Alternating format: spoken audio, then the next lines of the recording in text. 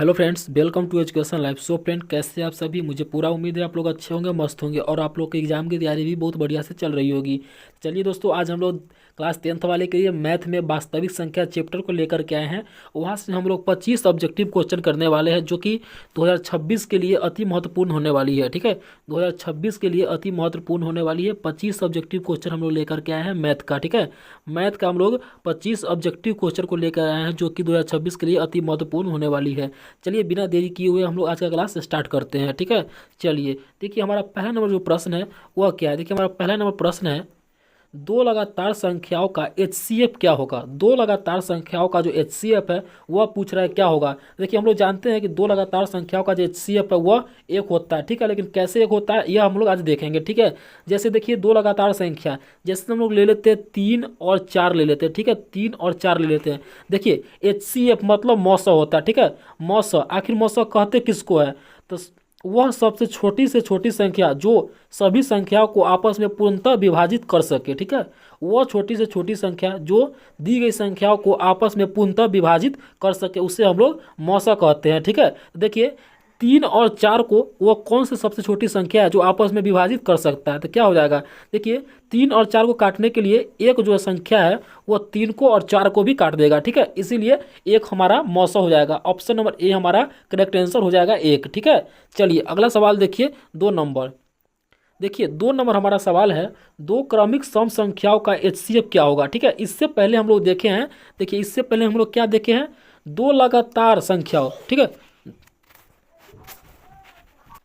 देखिए हमारा 1 नंबर सवाल में था लगातार संख्याओं का HCF क्या होगा। ठीक है, लगातार संख्या कह रहा था। ठीक है, इसी प्रकार से हमारा जो दूसरा का सवाल है, 2 नंबर सवाल में हमको कह रहा है कि दो क्रमिक सम संख्याओं। ठीक है, दो क्रमिक सम संख्याओं का HCF का है। ठीक है, सम संख्या जैसे देख लीजिए कि 2 हो गया और 4 हो गया। ठीक है, 2 और 4 का जो सम संख्या, 2 और 4, 2 हमारा भी सम संख्या और 4 भी हमारा सम संख्या। ठीक है, तो ये दोनों संख्याओं का जो हमारा HCF है वह क्या होगा। तो हम लोग क्या पढ़े हैं कि HCF निकालने का वह सबसे छोटी से छोटी संख्या जो दी गई संख्याओं को आपस में विभाजित कर सके। ठीक है, तो वह कौन संख्या है जो 2 को और 4 को भी काट सकता है। ठीक है, तो 2 हमारा जो है, 2 जो हमारा निकलेगा यह 2 को भी काट देगा और 4 को भी काट देगा। ठीक है, इसीलिए हमारा 2 ऑप्शन नंबर डी हमारा करेक्ट आंसर हो जाएगा 2। ठीक है, एक तरह से और देख लीजिए, ठीक है 4 और 6 को देख लेते हैं। ठीक है, 4 और 6 को काटने के लिए 2 जो है हमारा सबसे छोटी संख्या है जो 4 को भी काट देगा और 6 को भी काट देगा। ठीक है, इसीलिए 2 हमारा करेक्ट आंसर 2 हो जाएगा। ठीक है, करेक्ट आंसर हमारा 2 हो जाएगा। ऑप्शन नंबर डी 2 हमारा करेक्ट आंसर है। ठीक है, चलिए अगला सवाल देखते हैं 3 नंबर। देखिए हमारा 3 नंबर जो सवाल है, 144 के अभाज्य गुणनखंड में 2 का घात क्या होगा। ठीक है, 144 के अभाज्य गुणनखंड करेंगे तो उसमें जो 2 का जो घात है वह क्या होगा। ठीक है, 2 का घात पूछ रहा है। देखिए 144 हमारा 12 का स्क्वायर है। ठीक है, 12 का स्क्वायर है 144, तो हम लोग क्या लिखेंगे, 12 गुने 12 लिख देंगे। ठीक है, 144 हमारा हो गया 12 गुने 12। देखिए 12 को तोड़ेंगे तो क्या कैसे लिखेंगे, देखिए 2 गुने 3। ठीक है, 2 दूना के 4, सॉरी यहाँ पे 3 होगा। ठीक है, यहाँ पर 3 होगा। देखिए 2 दूना के 4 और 4 तिहाई के, 2 दूना के 4 और 4 तिहाई के 12। उसी प्रकार से ये 12 को भी हम लोग उसी प्रकार से लिखेंगे, 2 गुने के 2 गुने के 3। ठीक है, तो देखिए हमारा जिसका जो 2 का जो घात है वो क्या आएगा। देखिए 2 हो गया 1 2 3 और 4। ठीक है, 2 के पावर 4 हमारा घात आ गया है। क्या घात क्या आया है, 4। देखिए 4 हमारा घात निकल के आया है। ऑप्शन नंबर बी 4 हमारा करेक्ट आंसर हो जाएगा। ठीक है, ऑप्शन नंबर बी हमारा करेक्ट आंसर हो जाएगा, 4 सही आंसर हो जाएगा। ठीक है, 3 का। चलिए अगला सवाल देखते हैं 4 नंबर। देखिए हमारा 4 नंबर सवाल है, ए और बी अभाज्य संख्या है, तो ए और बी का एलसीएम क्या होगा। ठीक है, ए और बी एक अभाज्य संख्या है। क्या है, एक अभाज्य संख्या है, तो एलसीएम पूछ रहा है कि एलसीएम क्या होगा। ठीक है, एलसीएम क्या होगा, तो देखिए अभाज्य संख्या, अभाज्य संख्या जैसे देख लीजिए 3 हमारा अभाज्य संख्या है और 5 हमारा अभाज्य संख्या है। ठीक है, इसका हमको एलसीएम निकालेंगे। देखिए ये तो 1 से लगेगा नहीं, 2 से भी नहीं लगेगा, तो क्या करेंगे, आपस में गुना कर देंगे। ठीक है, आपस में गुना कर देंगे, 3 गुने के 5 कर देंगे, हमारा हो गया इसका 15। उसी प्रकार से यहाँ पे कह रहा है ए और बी का कह रहा है, ए और बी का कह रहा है एलसीएम निकालने का। ठीक है, इसको आपस में गुना कर देंगे तो क्या हो जाएगा, ए इंटू के बी हो जाएगा, A into B. Option number C हमारा बिल्कुल करेक्ट आंसर हो जाएगा, ए इंटू के बी, ए बी। ठीक है, ऑप्शन नंबर सी हमारा बिल्कुल करेक्ट आंसर हो जाएगा। चलिए अगला सवाल देखते हैं 5 नंबर सवाल। देखिए हमारा 5 नंबर सवाल है, पाई बटे के 3। ठीक है, पाई बटे के 3 क्या है, पाई बटे के 3 क्या है, पाई बटे के 3 यह क्या है। देखिए पाई बटे जो 3 है वह एक अपरिमेय संख्या है। क्या है? एक अपरिमेय संख्या है। ऑप्शन नंबर ए हमारा बिल्कुल करेक्ट आंसर हो जाएगा, अपरिमेय संख्या। ठीक है, चलिए अगला सवाल देखिए, छठा नंबर सवाल। देखिए छठा नंबर सवाल है 32 का अभाज्य गुणनखंड ज्ञात करें। 32 का अभाज्य गुणनखंड ज्ञात करें। ठीक है, 32 का अभाज्य गुणनखंड ज्ञात करना है कि क्या होगा। देखिए 32 का अभाज्य गुणनखंड हम निकालते हैं। 32, 2 से लगाइए 16, फिर 2 से लगाइए 8, फिर 2 से लगाइए 4, फिर 2 से लगाइए 2। क्या हो गया? 1 2 3 4 5, 1 2 3 4 5, 2 के पावर 5 हो गया। क्या हो गया? 2 के पावर 5। देखिए 2 के पावर 5 किधर है? ऑप्शन नंबर बी में है, 2 के पावर 5। ठीक है, ऑप्शन नंबर बी हमारा करेक्ट आंसर हो जाएगा। 2 के पावर 5 हमारा बिल्कुल करेक्ट आंसर हो जाएगा, ऑप्शन नंबर बी। ठीक है, ऑप्शन नंबर बी हमारा बिल्कुल सही आंसर हो जाएगा। चलिए नेक्स्ट प्रश्न देखते हैं, 7 नंबर प्रश्न। देखिए 7 नंबर सवाल है। देखिए 7 नंबर सवाल है 0 और 25 के बीच विषम संख्याओं की संख्या क्या हो गया। ठीक है, 0 से लेकर के 25 के बीच में विषम संख्या कितना होगा। ठीक है, विषम संख्या कितना होगा यह पूछ रहा है। ठीक है, तो देखिए 0 से 25 के बीच में हमारा संख्या कितना हो जाएगा? 26 संख्या हो गया। ठीक है, 25 संख्या ऐसे और 0 के लेंगे तो हो गया 26 संख्या टोटल हो गया। उसके बाद 26 को जब हम आधा करेंगे तो कितना हो जाएगा? 13 आ जाएगा। और एक हमको माइनस कर देना है, 0 को हटा देना है। और एक जो है वो कोई संख्या नहीं, इसीलिए उसको एक और माइनस कर देंगे, 2 माइनस कर देंगे। इसमें से एक माइनस करेंगे तो क्या जाएगा? 12। ठीक है, 12 हमारा इसका सही आंसर हो जाएगा, option number B. Option number B हमारा बिल्कुल करेक्ट आंसर हो जाएगा, 12। 0 से 25 के बीच में विषम संख्या कितना है? तो 12 है। ठीक है, 12, ऑप्शन नंबर बी हमारा बिल्कुल सही आंसर हो जाएगा। चलिए नेक्स्ट प्रश्न देखते हैं, 13 नंबर प्रश्न, सॉरी 8 नंबर प्रश्न है।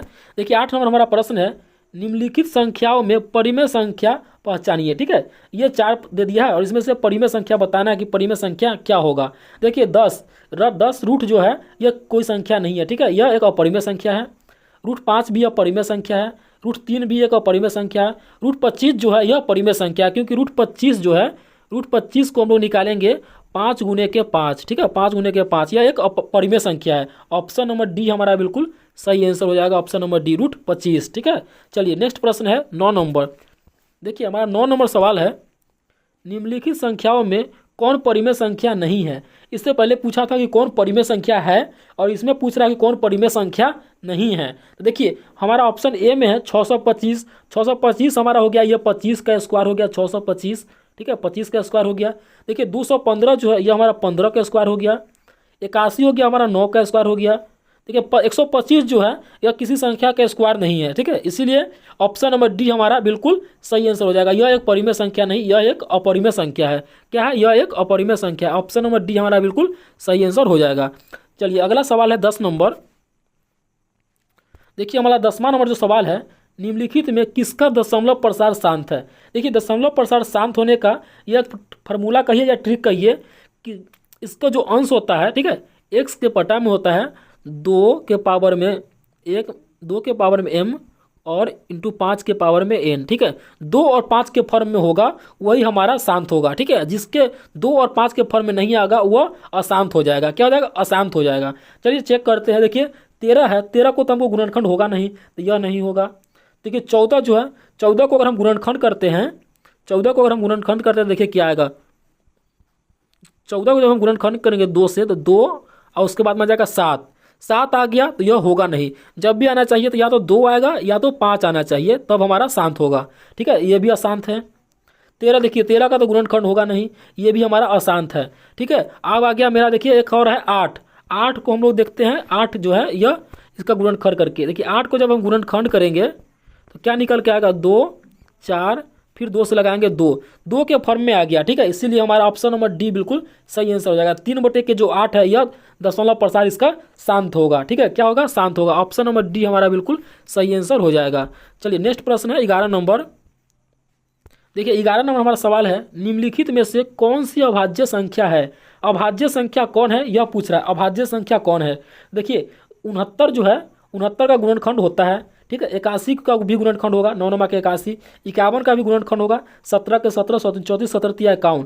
17 में 3 से गुना कीजिए 51 हो जाएगा, इसका भी गुणनखंड होगा। 61 का गुणनखंड नहीं होता है। ठीक है, 61 हमारा एक अभाज्य संख्या है। 61 हमारा अभाज्य संख्या हो जाएगा। ऑप्शन नंबर बी हमारा बिल्कुल सही आंसर हो जाएगा, 61। ठीक है, 61 हमारा बिल्कुल सही आंसर हो जाएगा। चलिए नेक्स्ट प्रश्न देखिए, 12 नंबर प्रश्न है। देखिए हमारा 12 नंबर जो प्रश्न है, 5√12, 5√2 क्या है? 5√2 क्या है बताइए? 5√2 क्या है? पूर्ण संख्या है, परिमेय संख्या, प्राकृत संख्या है, परिमेय संख्या है, अपरिमेय संख्या क्या है? 5√2 क्या है? एक अपरिमेय संख्या। क्या है? अपरिमेय संख्या है। ऑप्शन नंबर डी हमारा बिल्कुल सही आंसर हो जाएगा, अपरिमेय संख्या। चलिए नेक्स्ट प्रश्न देखिए 13 नंबर। देखिए 13 नंबर प्रश्न है, पाई क्या है? पाई क्या है? पाई क्या है? पाई एक अपरिमेय संख्या। क्या है? पाई एक अपरिमेय संख्या है। ऑप्शन नंबर बी हमारा बिल्कुल सही आंसर हो जाएगा, अपरिमेय संख्या। चलिए नेक्स्ट प्रश्न। नेक्स्ट प्रश्न है 14 नंबर। 14 नंबर सवाल है, 3 माइनस के रूट 3, 3 माइनस के रूट 3 कौन सी संख्या है? 3 माइनस के रूट 3 कौन सी संख्या है? यह भी हमारा एक अपरिमेय संख्या है। क्या है? अपरिमेय संख्या है। ऑप्शन नंबर बी हमारा बिल्कुल सही आंसर हो जाएगा, अपरिमेय संख्या। क्या हो जाएगा? अपरिमेय संख्या। चलिए अगला सवाल 15 नंबर। 15 नंबर सवाल है, 2 और 2.5 के बीच की अपरिमेय संख्या क्या होगी? ठीक है, 2 और 2.5 के बीच की अपरिमेय संख्या क्या होगी? तो हमारा हो जाएगा √5। ठीक है, √5 हो जाएगा। कैसे होगा? देखिए 2 और 2.5 के बीच का कह रहा है, तो 5 से 1 कम जाइए 4, √4 जो है हमारा 2 का स्क्वायर है। ठीक है, हमारा बच गया √1। √1 का कितना आता है? √1 का 0.0 करके कुछ आता है। ठीक है, ये हमारा ऑप्शन नंबर सी बिल्कुल सही आंसर हो जाएगा, √5। ठीक है, √5 हमारा बिल्कुल सही आंसर हो जाएगा। चलिए आज के लिए इतना ही काफ़ी है, फिर मिलते हैं नेक्स्ट वीडियो के साथ। जब तक के लिए जय हिंद दोस्तों, थैंक यू सो मच। अगर आप लोग मेरे चैनल पे नए हैं और आपको वीडियो अच्छा लगा तो प्लीज़ चैनल को सब्सक्राइब कीजिए और वीडियो को लाइक कीजिए और अपने दोस्तों को शेयर कीजिए ताकि उन लोगों भी ऑब्जेक्टिव कर सके। ठीक है, चलिए फिर मिलते हैं नेक्स्ट वीडियो के साथ। जब तक के लिए जय हिंद।